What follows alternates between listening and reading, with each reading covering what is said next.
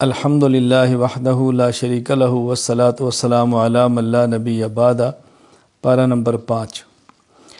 اس میں ایک مسئلہ بیان فرمایا ہے کہ مرد کو اللہ تعالیٰ نے عورت پر فضیلت دی ہے، یعنی فطرت کے اعتبار سے، اپنی طبیعت کے اعتبار سے مرد عورت پر مقدم اور افضل ہے، اور اس کی بنیادی 2 وجہیں قرآن کریم نے بیان فرمائی ہیں۔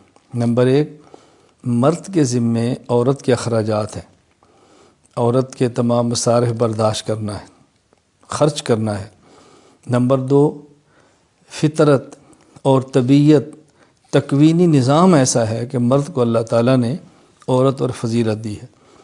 یہ بات یاد رکھ لیں، یہ عام مرد اور عورت کے اعتبار سے ضابطہ ہے، لیکن بعض خواتین علم و فضل میں یا کبھی جسمانی قوت اور طاقت میں کوئی خاص خاتون کسی مرد سے آگے نکل جائے تو اس سے ضابطے تبدیل نہیں ہوتے۔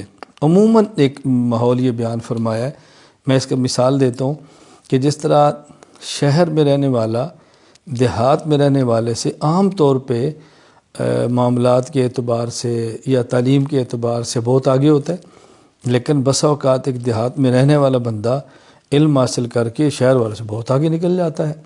تو ایک ہوتا ہے عمومی نظام، ایک ہوتا ہے خاص کسی بندے کی فضیلت، وہ بالکل الگ چیز ہے۔ تو بہرحال فطرت کے اعتبار سے مرد کو اللہ تعالیٰ نے عورت پر فوقیت، عظمت اور فضیلت عطا فرمائی ہے۔ نمبر 2، یہاں طہارت کے مسائل بیان فرمائے ہیں۔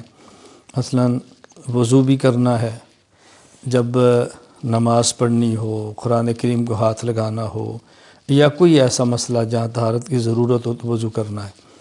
اور بعض حالات ایسے ہیں کہ جہاں پر غسل کرنا فرض ہوتا ہے، آدمی کو احتلام ہو جائے، اپنی اہلیہ کے پاس جائے تو غسل جنابت جسے کہتے ہیں، عورت حیض نفاس سے پاک ہو تو ان حالت میں غسل بھی کرنا ہوتا ہے۔ تو طہارت کے مسائل بھی اس پارے کے اندر بیان فرمائے ہیں۔ اور ایک اہم بات اللہ تعالیٰ نے پوری زندگی میں شریعت پر عمل کرنے کے حوالے سے یہ بات ارشاد فرمائی ہے۔ نمبر 1، اللہ کی اطاعت کرو، اللہ تعالیٰ کی بات مانو، اور پھر اس کے رسول کی بات مانو، اور پھر فقہا کی بات مانو۔ یہ 3 باتیں کیوں فرمائی ہیں؟ نمبر 1، اللہ تو خالق اور مالک ہیں، مخلوق اور مملوک نے بات ماننی ہے، لیکن دنیا میں اس کان سے اللہ کی بات سن نہیں سکتے، اس آنکھ سے اللہ کی ذات کو دیکھ نہیں سکتے۔ تو اللہ کی ذات کو دیکھیں یا بات سنیں گے تو بات مانیں گے۔ اس کے لیے ضروری ہے اللہ تعالیٰ اور ہمارے درمیان ایک واسطہ ہو، اور وہ واسطہ ہے پیغمبر کا۔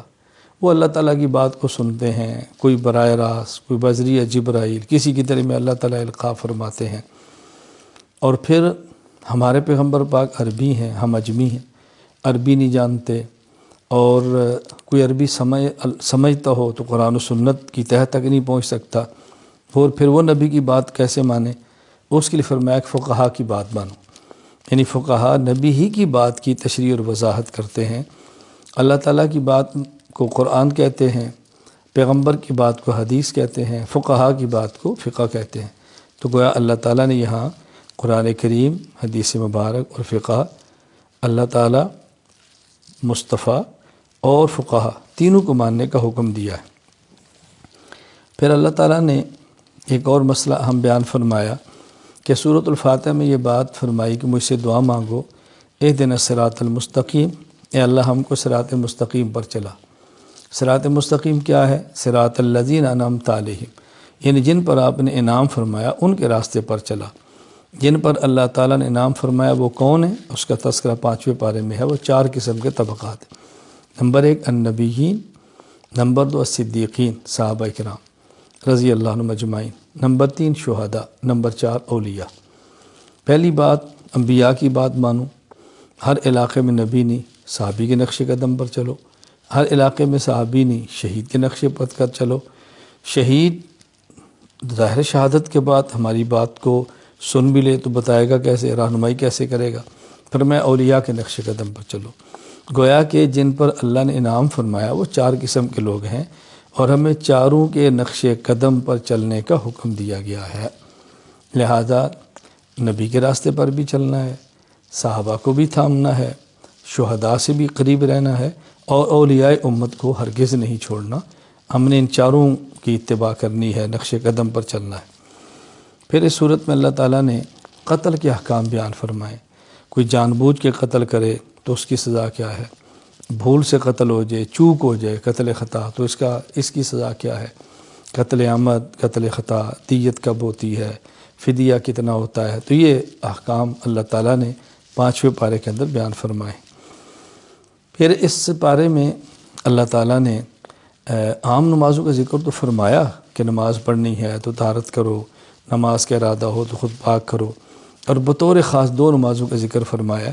ایک نماز ہے صلاۃ الخوف، جب میدان جنگ میں ہوں، خوف سوار ہو، یعنی سارے نماز پڑھتے ہیں دشمن اکبر حملہ نہ کر دے، تو وہاں کیسے نماز پڑھنی، اسے کہتے ہیں صلاۃ الخوف۔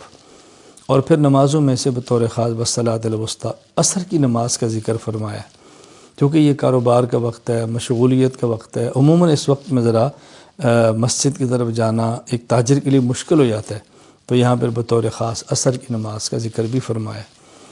اور اللہ تعالیٰ نے پھر منافقین کی حالت بیان فرمائی ہے کہ منافقین نہ ادھر کے ہوتے ہیں نہ ادھر کے ہوتے ہیں، درمیانے بیچارے پھنسے پڑے ہوتے ہیں، کہیں دین میں فائدہ دیکھا تو ادھر لپک گئے، کہیں دنیا دار فائدہ دیکھا تو ادھر چلے گئے، اللہ کے نبی کی بات ماننے میں دنیا کی غرض دیکھی تو وہاں دوڑ گئے، اور جب وہاں دنیا کا نقصان نظر آیا تو ان کو چھوڑ گئے۔ یہ منافقین کی حالت ہے، مذبذبین بین ذالک لا الہ الا ولا الہ الا۔ تو ہمیں ایسا نہیں ہونا چاہیے، مسلمان کو پکا ایک موقع پر رہنا چاہیے، نفع نقصان کا مالک اللہ ہے، دنیا میں کبھی بظاہر نفع بھی ہوتا ہے، کبھی بظاہر نقصان بھی ہوتا ہے، اصل نفع نقصان آخرت کا ہے۔ اور سب سے آخر میں 5ویں پارے میں اللہ تعالیٰ نے ایک بہت پیاری بات ارشاد فرمائی، ما یفعل اللہ بعذابکم ان شکرتم وآمنتم۔ دیکھو اگر تمہارا عقیدہ ٹھیک ہو، اللہ کی نعمت کا شکر کرو، اللہ تمہیں عذاب کیوں دے گا؟ معلوم ہوا اللہ تعالیٰ کے عذاب سے بچنے کے لیے بنیادی طور پر 2 باتیں بہت اہم ہیں۔ نمبر 1 عقائد کا ٹھیک ہونا، نمبر 2 اللہ تعالیٰ کی نعمتوں پر شکر ادا کرنا۔ عقیدہ نہیں، تمام عقائد کا ٹھیک ہونا ضروری ہے۔ اللہ تعالیٰ ہمارے عقائد بھی ٹھیک فرما دے، اللہ تعالیٰ اپنی نعمتوں پر ہمیں شکر کرنے کی توفیق عطا فرمائے۔